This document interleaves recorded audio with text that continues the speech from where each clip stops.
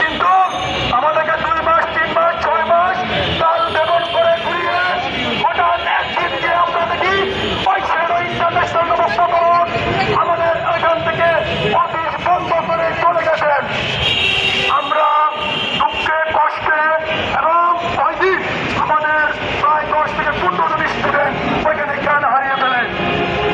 আমরা সেনাবাহিনীর কাছে আবেদন করি, সেনাবাহিনী আমাদেরকে আশ্বস্ত করে, কিন্তু বিনিময় রেজাল্ট হলো কি আমরা 2 জন কালপিটকে আটক করেছিলাম ওই অফিসে। পরে সেনাবাহিনী থেকে ওই কালপিটদেরকে ওইখান থেকে ছুটিয়ে নিয়ে যায়। পরে আমরা পল্লবী থানায় যাই মামলা করার জন্য। আমরা কোনো দলীয় ভাবে না, আমরা সাধারণ ভুক্তভোগী, আমরা স্টুডেন্ট, আমরা ইউরোপে যেতে যাচ্ছি আমাদের দেশের ভাগ্যের টাকা ঘুরানোর জন্য। আমাদের সেই 1000 কোটি টাকা আত্মসাৎ করে সাবেক সেনাপ্রধান জেনারেল আজিজের সহযোগী শেয়ার মালিক শিশির তা নিয়ে পালিয়ে যায়। সেই উপস্থাপন যখন আমরা চালাতে চাই, থানার ওসি আমাদেরকে দূর দূর করে তাড়িয়ে দেন। আমরা স্বাধীন বাংলাদেশে এটা কোন ধরনের আচরণ পুলিশের কাছ থেকে পাই? আমরা হতাশা হয়ে ছাত্র সাধারণ জনতা চলে যায় প্রবাসী কল্যাণ মন্ত্রণালয়। সেখানে আমরা স্মারকলিপি দেই, যাওয়ার পরে আমাদেরকে বলে স্বরাষ্ট্র মন্ত্রণালয় যাওয়ার জন্য। আমরা স্বরাষ্ট্র মন্ত্রণালয় 3 দিন যাই। যাওয়ার পরে স্বরাষ্ট্র উপদেষ্টা আমাকে ডেকে উপরে নিয়ে বলে এটা আমার কাজ না, এটা পুলিশের কাজ। আমরা বলি আমরা কোথায় যাবো? তারা তো আমাদের মামলা নিচ্ছে না। র্যাবে হেডকোয়ার্টারে যাচ্ছি, ওখানে আমাদের কোনো সহযোগিতা করতেছে না। আমরা কোথায় যাবো? স্বরাষ্ট্র উপদেষ্টা পুলিশের হেডকোয়ার্টার থেকে উচ্চ পদস্থ কর্মকর্তা গোলাম রসুল স্যারকে ডেকে আনেন। আনার পর ওনার রেফারেন্সে পল্লবী থানায় আমরা গিয়ে মামলা করে আসছি। আমরা স্টুডেন্ট, আমরা মামলা সম্পর্কে বুঝি না, মামলা কিভাবে লিখতে হয়। ওরা নিজেরাই মন করার মতো মামলা লেখে ওইটাকে একটা আই ওয়াশ করে। পরে যখন আমরা বুঝতে পারি এখানে অনেক আসামি ওরা জোর বাইরে সুগন্ধরা ফাঁকি দিচ্ছে আমাদেরকে, পরে আমরা আরো একটি মামলা করি। সেই মামলায়ও এজাহারভুক্ত আসামিদের উল্লেখ করে কোনো কিছু লেখা হয় না। পরবর্তীতে আমরা জজ কোর্টে যাই, জজ কোর্টে শরণাপন্ন হই। জজ কোর্টের একজন আইনজীবী সাবেক পিপি উনি আমাদেরকে বলেন তোমরা মামলা 2টা করেছো, কিন্তু মামলার কোনো রেজাল্ট পাবে না। তাহলে কি বলো? ওই শ্যাডোর মালিক ইউটিউবে ভিডিও করে ভিডিওতে ছাড়ছে যে পুলিশ ওর পকেটে। তার মানে আমাদের 1000 কোটি টাকা মেরে খাইছে, সেখানে পুলিশ এসে পার্সেন্টেজ দিয়ে তার পকেট ঠান্ডা করে আমাদেরকে হচ্ছে।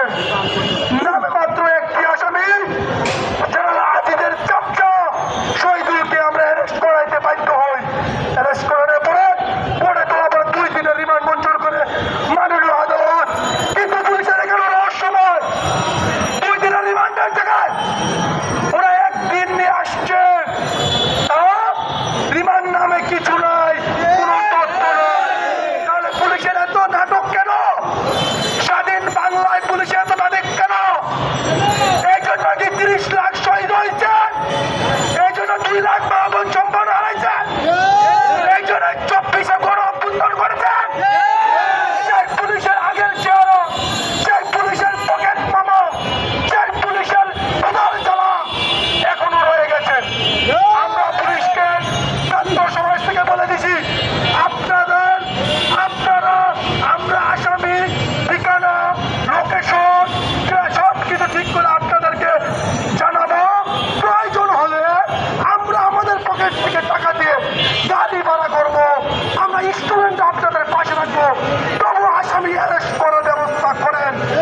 কিন্তু দুঃখের বিষয় পুলিশ আজ কাল কেমন করে আসামি ধরতে চাচ্ছে না, প্লাস ওদের সাথে পাল্লা করে ওদের আসামিদেরকে বাঁচিয়ে দিচ্ছে। কোন ধরনের নির্মমতা পুলিশের আচরণ!